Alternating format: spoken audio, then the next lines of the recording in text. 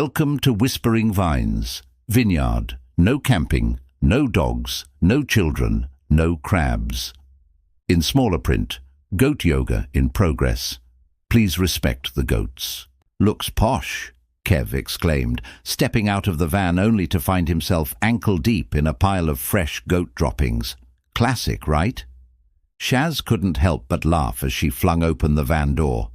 Out bounded their energetic ginger Heinz dog, barking excitedly at a distant bleat, probably thinking it was a long-lost friend.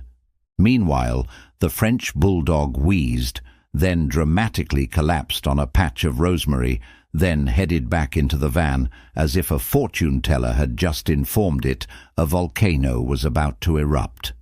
The toddler finally emerged, sporting a sun hat awkwardly perched on its foot, and one sock pulled over its head like a makeshift hat. Honestly, it was a sight that could make anyone confused. Jaden was trailing behind, dragging a fishing net and a bucket that held Claus McGraw, who was hilariously rocking a wine cork as a makeshift helmet. You've got to love the creativity, right? Claus was definitely being cautious, especially with this wild family he was stuck with. I mean, who wouldn't want to blend in a bit, trying to disguise himself so the other crabs wouldn't recognize him when he finally made his grand escape from this crazy household? It's like he was plotting his getaway, and honestly, who could blame him? Gaz set up his camping chair right by the grape trellis, soaking in the chill vibes of the day. Kev cracked open a cold beer, the sound crisp and refreshing, while Shaz carefully arranged the table. She had the dip ready to go, paired perfectly with tartar sauce, and laid out trays of vegan burgers that looked good, but felt like chewing on plastic. And that salad? Gaz thought it looked a bit too adventurous for his taste. Meanwhile, Jaden had wandered off, totally mesmerized by a bunch of goats doing their version of downward dog. Seriously, you have to wonder about the mind behind these stories, right? The goatning, when hooves mean business. Gaz was trying to fold up the chair when out of nowhere he got rammed by a goat named Susan. Shaz freaked out and yelled, "They're organized!" Meanwhile, Jaden's net was totally hijacked by another goat, which cleverly used it to catch Claus McGraw.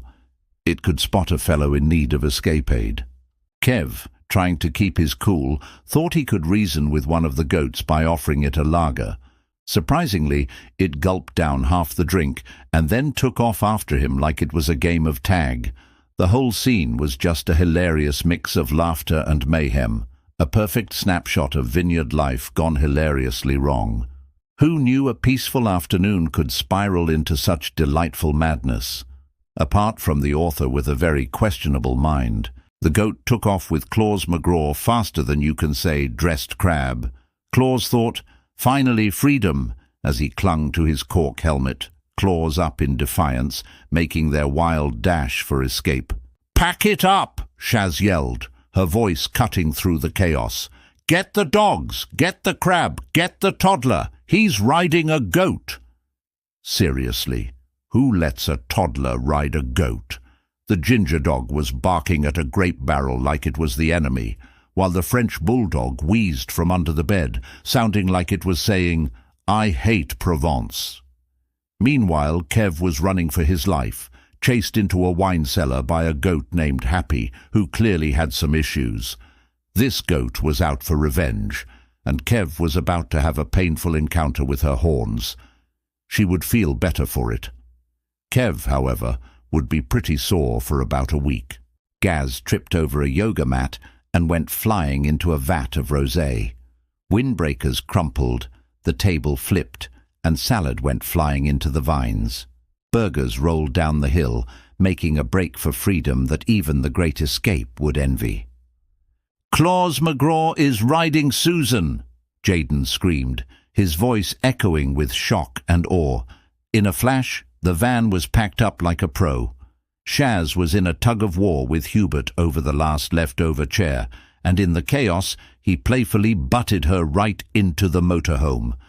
Gaz pushed the toddler in head first, while Juniper dashed out, thinking this was the place for vegan burgers and eager to join in. Kev got yanked out of the winery by his pants, thanks to the local bull Bruno. The ginger dog trotted alongside like a little bodyguard, ready to bolt off and hang out in a field with his new buddy Bruno. Jaden leapt over Susan, clutching a soggy net and a corkscrew and the crab. Claus McGraw saw a neon sign flash before his eye stalks, "Freedom denied." He sobbed tiny crab tears. The engine roared to life, and the van jolted forward, just missing Balthazar, who was flaunting Kev's sunglasses. He dared the owner to come and reclaim them. Meanwhile, Houdini the goat bleated in triumph, bouncing around on the bed and celebrating its newfound freedom. Inside, it was quiet. Then Shaz sighed. "Next time, let's hit up a spa." Kev shot back, "Unless it's run by llamas." Shaz rolled her eyes and swiped left on "Find a wife for life for her son." Long overdue. Final scene from the side mirrors show the vineyard, scattered with vegan burgers, salad, yoga mats, and a happy goat in fake Ray-Bans rocking out. The sign, now crooked, says, "Goats rule KO. Love this? Hit like, subscribe, and share for more van life adventures."